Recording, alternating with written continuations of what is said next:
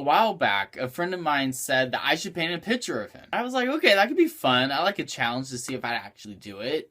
And he said he wanted the painting to have raw animal magnetism.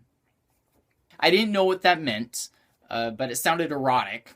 So I went in that direction with it. Honestly, one of the things that I thought of was a Magneton from Pokemon. But I don't think that's what he wanted me to paint a picture of. And if it was, I don't know how I would incorporate his... I guess I could have put his face onto the Magnetons. Or I don't know. So I was like, okay, let me do something, not R-rated, but kind of a little bit sexy and see what I can do. I worked my magic on Photoshop, and I decided, you know what? He has a nice face, and I have a rockin' body, so why don't we put the two together and make some, superhuman supermodel? And that's what I did.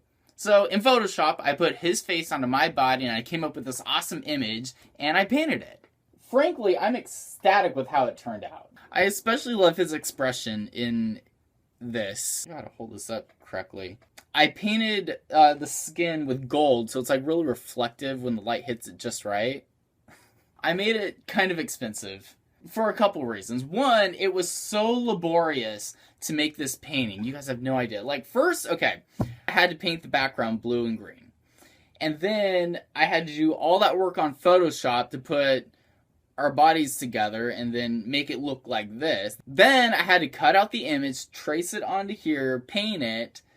That took that took forever. Paint it, wait for it to dry, do some touch-up painting, wait for that to dry, and then varnish it. So it was a ton of work, and honestly, I kind of really like it. I kind of don't want anyone to buy it. Yeah, I think it turned out good, and I feel something when I look at this.